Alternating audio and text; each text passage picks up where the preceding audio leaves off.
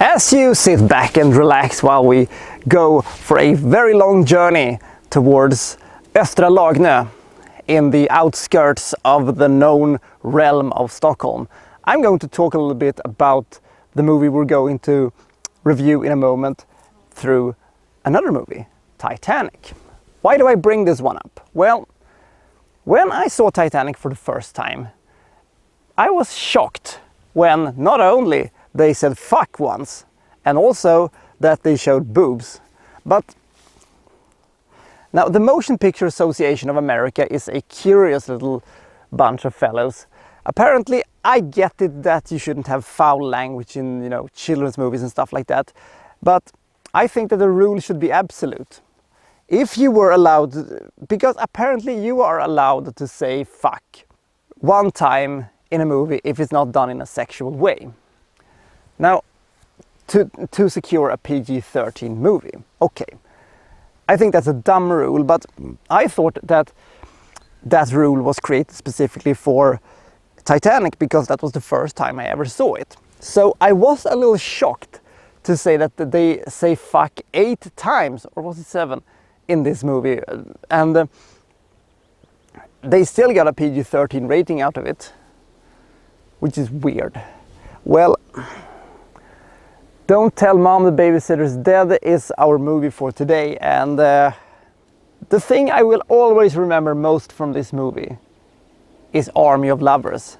My absolute favorite guilty pleasure band, the burlesque disco pop group, which I have had a strange and everlasting love for, is featured in this movie. If you think that this intro to the review is too much about Titanic, I can assure you we're going to take a look at something much worse. We're going to talk about Don't Tell Mom the Babysitter's Dead. If I would ever do a list of 10 movies they could never make today with the same script, this would definitely be on the list. Not because of any moral stuff, but because of social media. This movie could never have worked in 1,000 years. And to be fair, it doesn't even work now. How strange is this story? How unbelievable is it? How cringeworthy is it? Well, stay tuned, because this is my review from Norra Lagnö. This is Don't Tell Mom the Babysitter's Dead.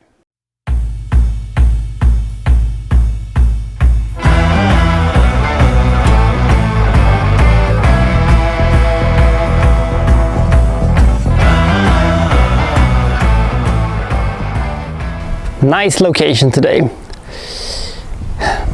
So, when Mom goes to Australia for the entire summer on vacation, she leaves all her kids behind, because why not?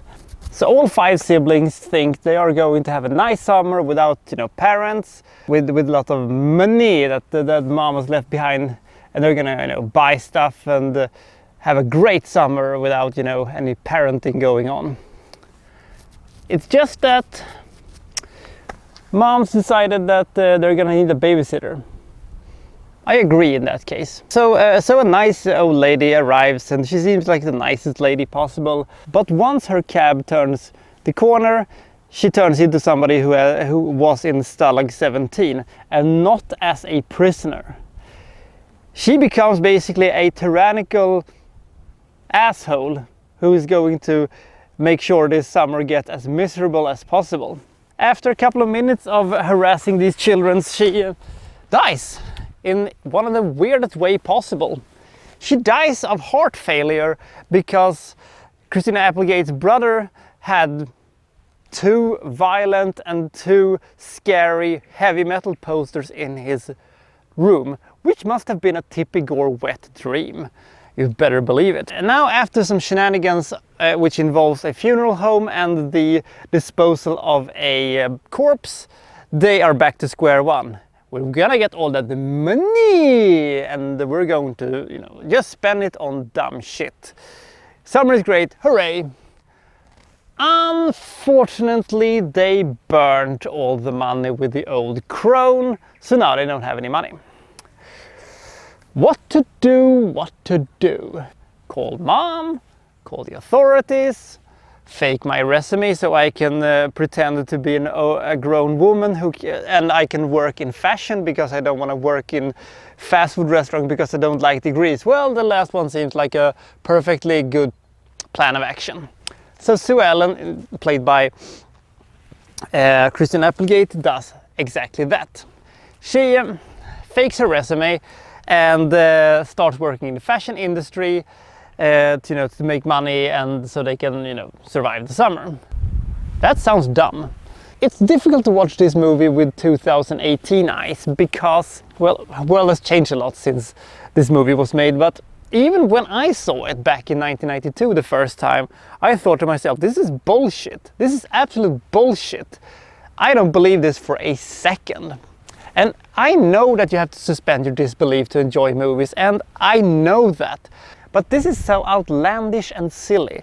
It puts a wet blanket over all the joy and laughter we're supposed to experience. Wait, did I say joy and laughter? I meant snarls and yawns, because shit, holy fuck, this movie is not very good. No, in fact, it is pretty awful.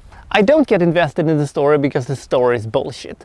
I don't think I laughed a single time in this. Most of the characters in this one is kind of assholes. The children are assholes. The old crone is a fucking asshole. Of course, all the people at the fashion company that she works for is, of course, absolute dickbags and all these shallow morons. It's kind of fun to see the fashion ideas they had in the early 90s. That at least makes it kind of a fun essence of the time kind of thing.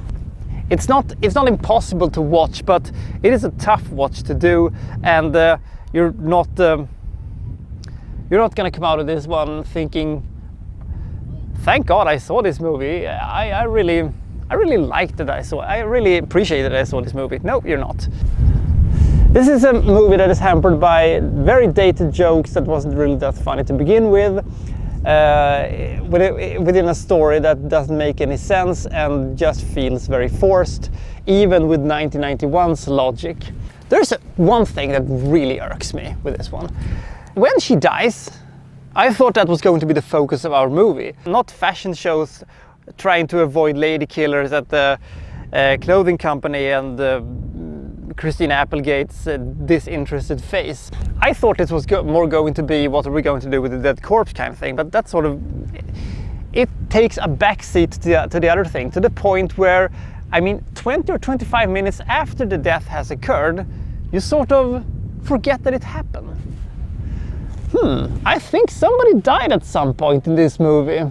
It probably wasn't anything important, except that it is on your poster and it is the title of your movie.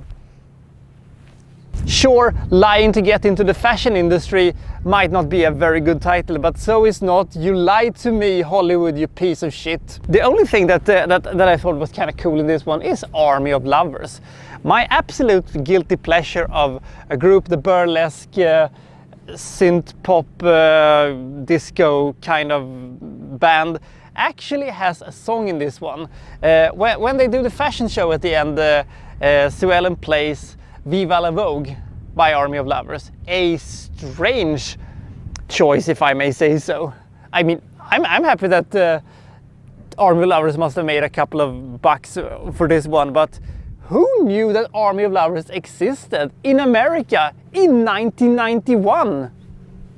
Weird. That's the most positive thing I can say about this movie. Army of Lovers. I do have to cut this movie a little bit of slack and give this the rating of 17. Sure, it is boring and it lacks severely in the believability account, but it is just so utterly butterly mad. You have to appreciate the setup and the outlandish setting a little bit. So there you go. And the production value is sort of decent, I would say. It's been so many it may have been such a fantastic month. It has almost eradicated all reviews from the Purple Room.